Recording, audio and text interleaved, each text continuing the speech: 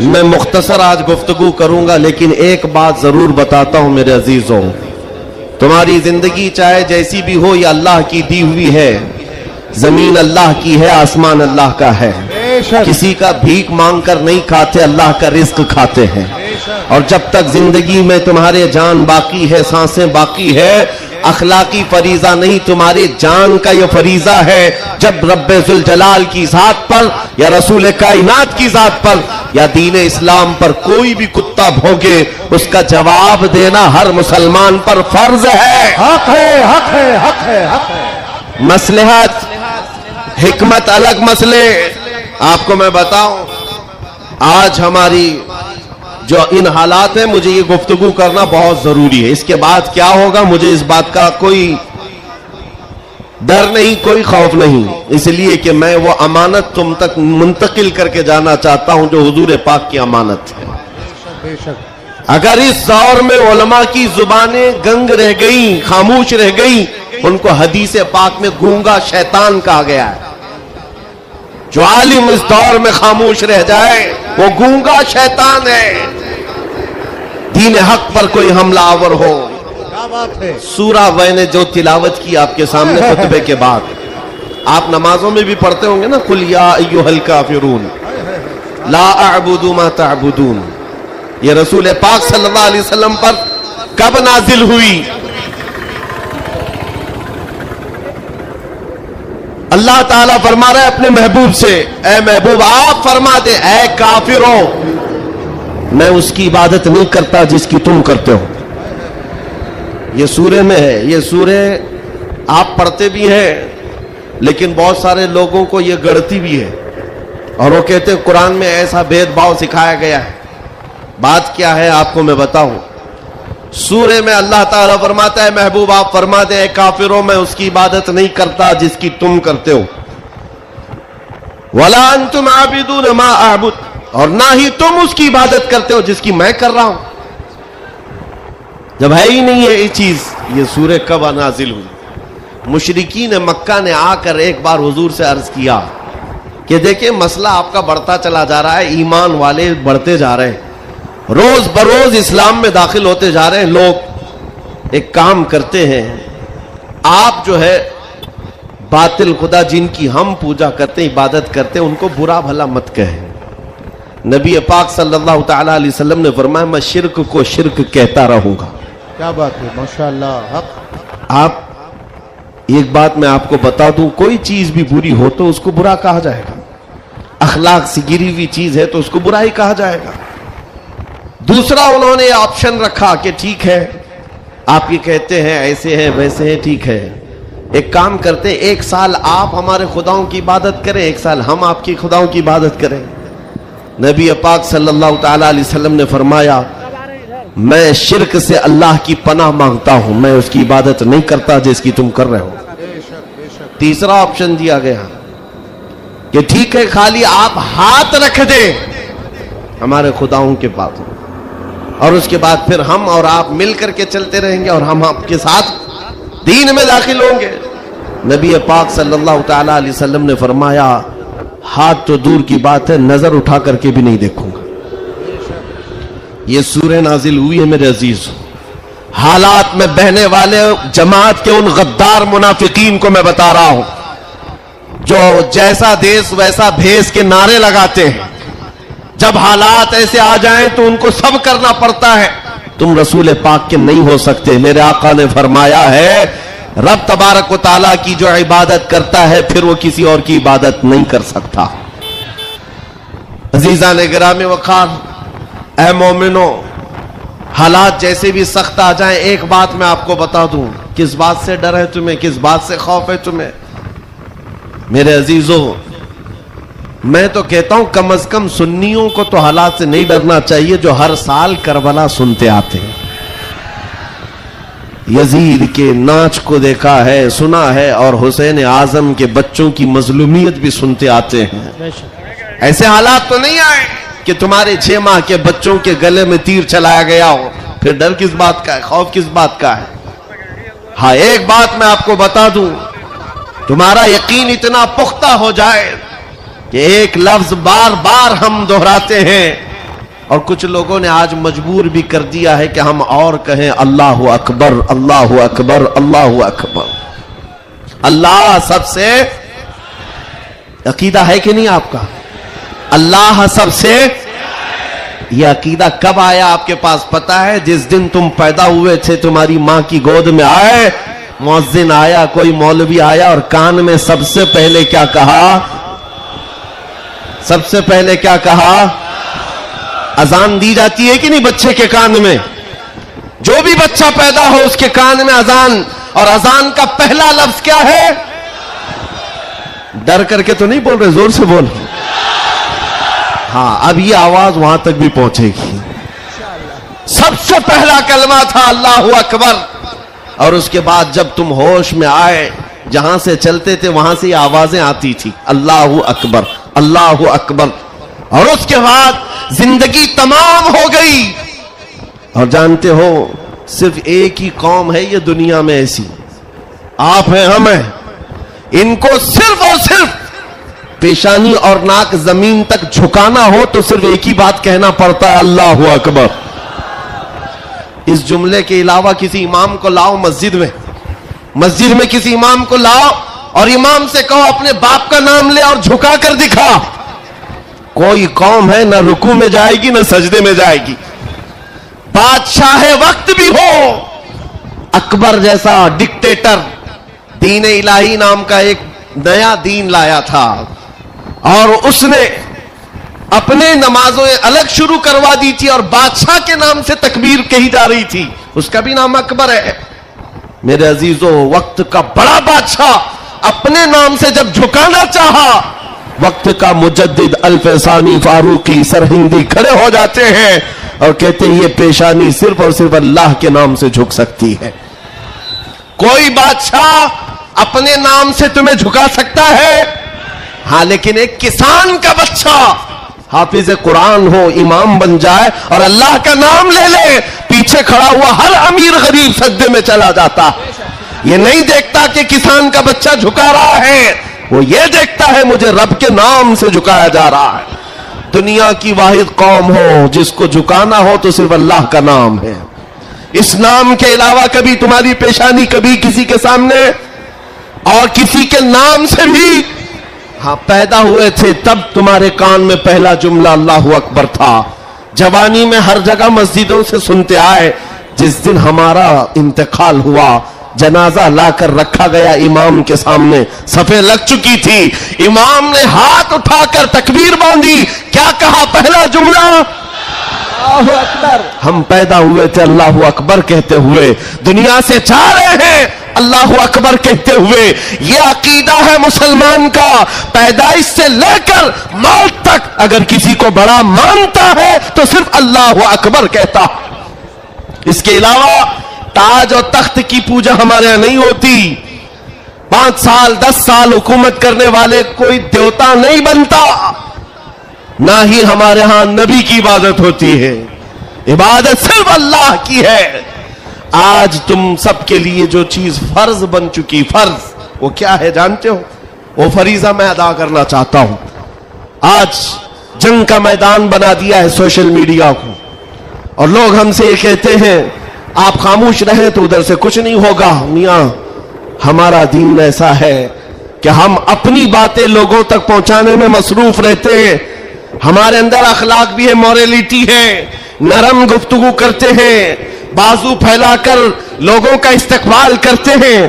لیکن ہمارے اساتذہ نے ایک بات کہی ہے کہ بیٹا زبان نرم رکھنا, دل ٹھنڈا رکھنا, دماغ ٹھنڈا رکھنا, زبان میٹھی رکھنا, دل نرم رکھنا, یہ اچھے اخلاق کی بات ہے, لیکن یہ اس وقت تک ہے جب اخلاق میں ہو. اور جب نبی پاک کے سامنے کوئی کتا بھونکنے لگے تو پھر اب زبان میٹھی نہیں رہتی, دل ٹھنڈا نہیں رہتا اور دماغ نرم نہیں رہتا. اس لیے کہ ہمارے اخلاق یہی ہے. غیرت یہ ہے دنیا والے اپنی بیوی کو چھیڑنے پر, اپنے ماں کو ٹچ کرنے پر برانگیختہ ہو سکتے ہیں, تو ہم کروڑوں ماں سے زیادہ اپنے نبی سے محبت کرتے ہیں. آپ کو پتا ہے جنگ احد میں, احد کی جنگ میں 700 صحابہ اکرام تھے, 3000 سے زیادہ مشرکین آئے تھے. یہ جنگ احد پہلے تو ایسا ہوا کہ صحابہ غالب آ گئے, ان کو مار کر بھگا دیا, میدان جنگ سے مشرکین بھاگتے رہے سامان چھوڑ کر. لیکن تھوڑی دیر کے بعد ہوا یہ کہ صحابہ اکرام مال غنیمت جمع کر رہے تھے, مشرکین پیچھے سے آ کر حملہ آور ہوئے. ہمیشہ عادت رہی ہے پیچھے سے حملہ کرنے کی. حملہ آور ہوئے, اور اس وقت صحابہ اکرام جو میدان میں مال غنیمت جمع کر رہے تھے اندازہ نہ کر سکے, جس کی وجہ سے 70 صحابہ شہید ہوئے. سنو میں کیا بات عرض کر رہا ہوں, جنگ تفصیل سے بیان کرنے کا وقت نہیں ہے. احد کی جنگ میں 70 صحابہ شہید ہوئے. یہ وہ جنگ ہے جس میں امیر حمزہ کا سینہ چاک کر کے کلیجہ چبایا گیا تھا. یہ وہی جنگ ہے جس میں حضرت عبداللہ بن جہش صحابی رسول کے جسم کے 80 ٹکڑے کر کے کافروں نے ہار بنا کر پہنے تھے. یہ وہی جنگ ہے جس میں انس بن نزیر صحابی ہے, ایک انگلی کے علاوہ ان کے پورے جسم کا کوئی گوشت باقی نہیں تھا. یہ وہ جنگ ہے جس میں سعد ابن ربی کے پیٹ کو پھاڑ کر انتڑیاں باہر نکال دی تھی. یہ ساری موب لنچنگ ہوئی ہے. اس جنگ کے میدان میں سب سے بڑا حادثہ کیا ہوا تھا, رسول پاک صلی اللہ تعالی علیہ وسلم کے چہرے پاک پر ایک ظالم نے لوہے کی ٹوپی سے مارا تھا, تو جس کی وجہ سے حضور کے 2 دانت شہید ہوئے تھے. یہ جنگ کے حالات. اب سنو, صحابہ کرام پیچھے ہٹ گئے, نبی پاک صلی اللہ علیہ وسلم احد پہاڑ کے اندر جا کر بیٹھے, کیونکہ جنگ کے حالات بدل گئے, کفار و مشرکین غالب آ گئے. کبھی ایسے حالات آتے, سنو میرے عزیز, کبھی ایسے حالات آتے مومنین کو پیچھے ہٹنا پڑا, صحابہ رسول اللہ کے ساتھ پیچھے چلے گئے. لیکن جب ایسے حالات بنتے ہیں نا, تو ان ظالموں کو کیڑے کاٹنے لگتے ہیں اچھل کود کرنے کی. میدان میں اچھل کود شروع ہو گیا, جشن شروع ہو گیا, چھیڑنا شروع کیا مومنین کو. کیا کہہ کر کے ابو سفیان ان کی طرف سے آیا, کافروں کی طرف سے, اور نعرے لگانا شروع کر دیا. جو آج سب سے بڑا مسئلہ ہے نا, ہاں, یہ احد کے میدان میں بھی ہو رہا تھا. اور میں تمہیں بتاتا ہوں رسول اللہ کے اخلاق کیا تھے. ادھر سے ابو سفیان کہنے لگ گیا, کہاں ہے محمد, کہاں ہے ابو بکر, کہاں ہے عمر. جنگ کے میدان میں دکھ نہیں رہے تھے, تو اس نے کہا سب قتل ہو گئے, سب شہید ہو گئے. اور اس کے بعد سارے لوگوں میں نعرہ لگا رہا تھا, الگ الگ نعرے لگ رہے تھے. حضور پاک کے کانوں میں آواز آئی. حضور بیٹھے تھے, زخمی حالت میں تھے, صحابہ مغموم تھے. اس بات, یہ سب چیزیں ہونے کے باوجود نبی پاک صلی اللہ تعالی علیہ وسلم جلال میں آئے, اور پھر کہا کس کو جانتے ہو, عمر ابن خطاب کو. کہا عمر اٹھو, ان کا جواب دو, اٹھو ان کا جواب دو. حضرت عمر پہاڑ کے کنارے آئے, پکارنے لگے, محمد بھی زندہ ہے, ابو بکر بھی زندہ ہے, عمر بھی زندہ ہے, اور تمہاری آنکھوں میں اور تمہارے دل میں گڑتے رہیں گے. میدان احد سے حضرت عمر کا جواب آیا. اب ہکے بکے رہ گئے, اچھا جواب آ رہا ہے, جواب آ رہا ہے. تب پھر جوش آیا, ادھر سب نعرے لگانے لگے. کہا کہ لنا عزا ولا عزا لکم, اعلو حبل, اعلو حبل. حبل ان کے بت کا نام تھا, خدا کا نام تھا. حبل کی جے ہو, حبل. تو حضرت عمر سے حضور نے کہا عمر جواب دو. ادھر سے اعلو حبل کہہ رہے تھے, حضرت عمر کہتے اللہ اجل, اللہ اجل, اللہ سب سے بڑا ہے, اللہ سب سے بڑا ہے. ادھر سے پھر کہا لنا عزا ولا عزا لکم, ہمارے پاس عزا ایک دیوی ہے, عزت دینے والی.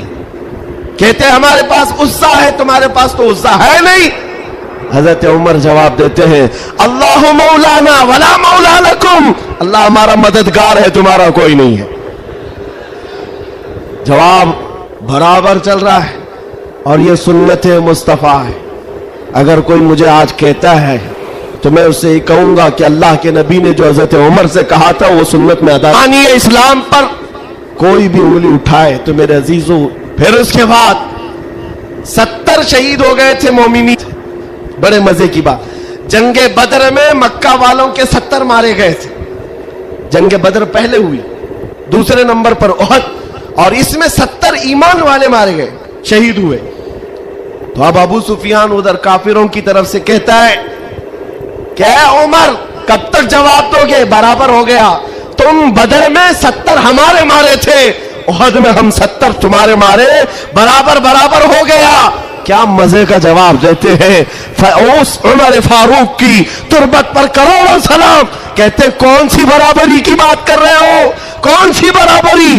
یاد رکھو ابو سفیان، 70 تمہارے مارے گئے، 70 ہمارے مارے گئے، کوئی برابری نہیں۔ تمہارے مرے ہوئے دوزخ میں ہے، ہمارے مرے ہوئے جنت میں ہے۔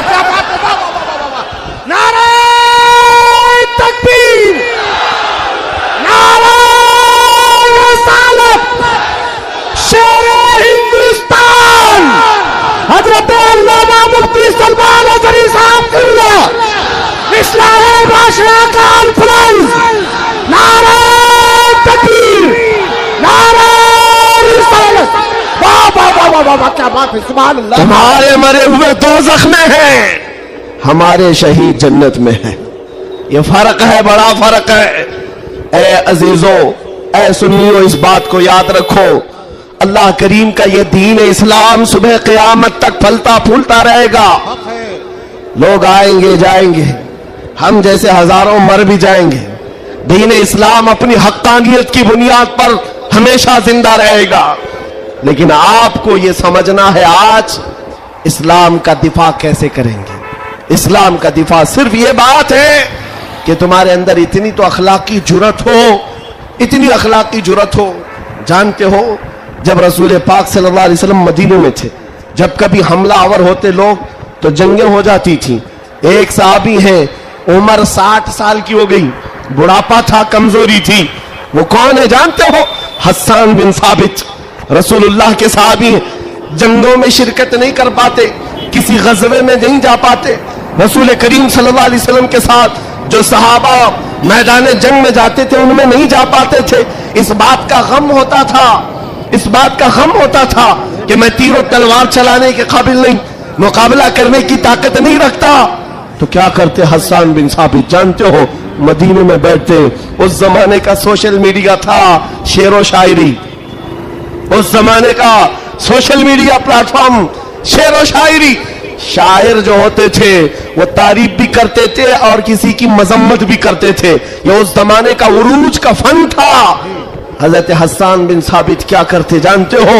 جب کبھی کوئی حضور پاک صلی اللہ تعالی علیہ وسلم کی شان میں ایک جملہ بھی کہتا، اس کے پورے خاندان کے متعلق پورے اشعار میں ایسی ہجو لکھتے تھے کہ پورے عرب کا بچہ بچہ وہ اشعار یاد کر کے پڑھنے لگ جاتا تھا۔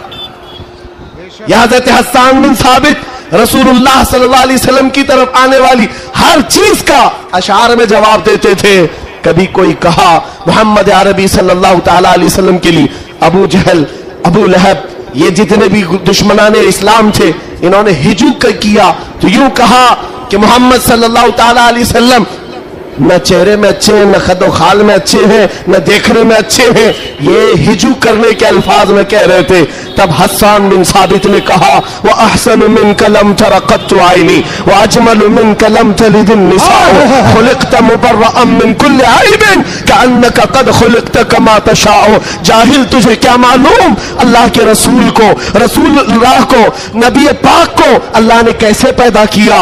وَأَحْسَنُ مِنْكَ لَمْ تَرَ قَطُّ عَيْنِي، ایسا حسین چہرہ کہ میری آنکھ نے آج تک دیکھا ہی نہیں، اور ایسا حسن و جمال دیا کہ آج تک کسی ماں نے ایسا جنا ہی نہیں۔ کیا بات ہے، سبحان اللہ سبحان اللہ۔ یہ اشعار پھر رسول اللہ کو جب یہ خبر ملی کہ حسان بن ثابت ایسے اشعار لکھتے ہیں تو جانتے ہو نبی پاک صلی اللہ علیہ وسلم اس دور میں ان کفار و مشرکین کو بھی دیکھ رہے ہیں۔ جو دور ہے شعر و شاعری کے عروج کا ہے، لوگ شعر و شاعری میں بات کرنا پسند کرتے، اپنے خاندان کی 8 پشتوں کا نام شعر میں بیان کرتے تھے، اس دور کا یہ فن تھا۔ جب حسان بن ثابت یہ کہنے لگے تو جانتے ہو میرے آقا نے کیا کہا؟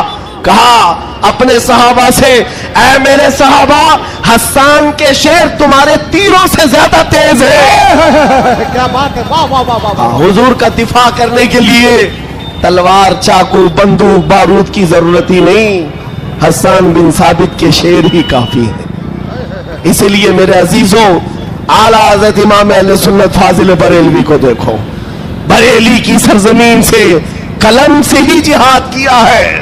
جتنا لکھا ہے آج بھی پڑھا جائے تو کئی لوگوں کے دانت کھٹے ہو جاتے ہیں.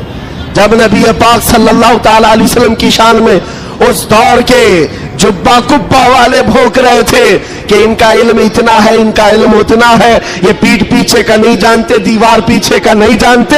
جب اعلیٰ حضرت اپنے قلم سے دفاع کر رہے تھے, ڈیفنس کر رہے تھے, تم رسول پاک کو ناپ رہے ہو. سنو ان کا مقام کیا ہے. سرور کہوں کہ مالک و مولا کہوں تجھے, باغ خلیل کا گل زیبا کہوں تجھے, اللہ رے تیرے جسم منور کی تابشیں, اے جانے جام میں جان تجلا کہوں تیرے تو وصف عیب تناہی سے ہے بری, حیران ہوں میرے شاہ میں کیا کیا کہوں تجھے. اور کہنا شروع کیا سارے اچھوں سے اچھا سمجھیے جسے, ہے اس اچھے سے اچھا ہمارا نبی. سارے اونچوں سے اونچا سمجھیے جسے, ہے اس اونچے سے اونچا ہمارا نبی. بجھ گئی جس کے آگے سبھی مشالیں, شمع وہ لے کر آیا ہمارا نبی. خلق سے اولیاء, اولیاء سے رسول, اور رسولوں سے اعلیٰ ہمارا نبی. جن کے تلووں کا دھون ہے آب حیات, ہے وہ جانے مسیحا ہمارا نبی. اعلیٰ حضرت فیصلہ کرتے ہوئے اپنے قلم سے ان بد زبانوں کو جواب دیتے ہوئے کہتے ہیں, کون دیتا ہے دینے کو منہ چاہیے, ارے دینے والا ہے سچا ہمارا نبی. سبحان اللہ. نعرہ تکبیر, نعرہ رسالت, کلام الامام, امام الکلام, مسلک اعلیٰ حضرت, اصلاح معاشرہ کانفرنس. نعرہ تکبیر. سبحان اللہ, سبحان اللہ. اے سنیو, اس بات کو یاد رکھ کر کے چلو, جواب دینا ہر مسلمان پر فرض ہے. ہاں میرے پاس مائک ہے, ممبر ہے, میں یہاں سے جواب دے رہا ہوں. جس کے پاس اللہ نے جو حیثیت دی ہے وہ وہیں سے جواب دے گا. ہاں دفاع اسلام ہر مسلمان پر فرض ہے. ہم قانون کو ہاتھ میں لینے کی بات نہیں کر رہے. ہماری اس بات کو توڑ مروڑ کر یوٹیوب والے مسالہ لگا کر پیش کریں گے. اور بہت سارے لوگ ہوں گے بھی ہیں بیچارے, ہمارے رشتہ دار بھی ہوں گے جو ہر جلسے میں ہوتے ہیں, ساری رپورٹ. میں ان سے بھی یہ کہتا ہوں, میرے کہنے کا الٹا مطلب مت لو, ہم سیدھا ہی بولتے ہیں, اور ہم گوفے میں بیٹھ کے بولنے والے لوگ نہیں ہیں. منبر پر برسر اعلان, اس لیے کہ ہمیں ہمارے دین پر اتنا یقین ہے جتنا سورج کی روشنی پر بھی نہیں ہوتا. اس سے زیادہ یقین ہے. سورج کی روشنی سے زیادہ یقین نہ ہوتا تو کبھی ہم آگ میں کودنے کی بات نہیں کرتے. ہاں اتنا یقین ہے. آپ سب کو یقین ہے یا نہیں؟ میرے عزیزوں, ابھی جو ناظم اجلاس بھی کہہ رہے تھے کہ دفاع اسلام کے متعلق ہم نے آواز اٹھائی تھی ممبئی کی سرزمین سے, لیکن 2 سال کے بعد ظالموں کو یہ پتا چل گیا ہے کہ اب اس ملک میں ایک سلمان اظہری نہیں, ہر محلے میں نکل رہا. اس لیے کہ خطابت کرنا ایک الگ بات ہے, بیان کرنا الگ بات ہے, لیکن کسی بچے سے جا کر پکڑ کر پوچھو. ایک میرے ساتھ مسئلہ ہوا تھا, میں آپ کو بتاتا ہوں. ایک نیتا صاحب کے پیے, انہوں نے ہمیں ٹانٹ مار کر کہا تھا کہ آپ کی قوم جو ہے خالی سیاسی, اور جب الیکشن کے معاملات ہوتے ہیں تو جھنڈے لے کر گھومتے رہتے, کبھی اس نیتا کے پاس کبھی اس نیتا کے پاس, اور سب سے 500 لے کے آتے. یہ آپ کی قوم کا مسئلہ ہے.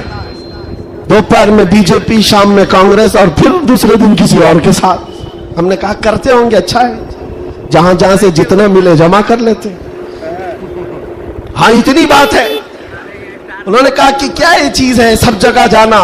کہا میاں ان کے لیے کمپیریزن کی بات آتی ہے نا, سب برابر دکھتے ہیں, سب برابر دکھتے ہیں, اور آپ ٹانٹ مار رہے ہیں کہ ادھر بھی گئے ادھر بھی گئے. میں آپ سے کہتا ہوں, آؤ 500 کی بات کرتے, 10 کروڑ لے کر کے آؤ, 10 کروڑ لے کر کے آؤ. میں کسی بھی مسلمان محلے سے عام بچہ اٹھا کر لاؤں گا, کوئی متقی پرہیزگار حاجی صاحب کی بات نہیں کر رہا. چلتا پھرتا نوجوان گونڈی کا ہی کیوں نہ ہو, اٹھا کر لاؤں گا. 10 کروڑ اس طرف رکھو, اور کمپیریزن میں 2 نیتا کو مت رکھنا, ایک نیتا کو رکھو اور ایک طرف گنبد خضرا رکھو. کیا بات ہے, واہ واہ واہ واہ. پھر پوچھو اس بچے سے, بتا یہ لے گا کہ یہ لے گا.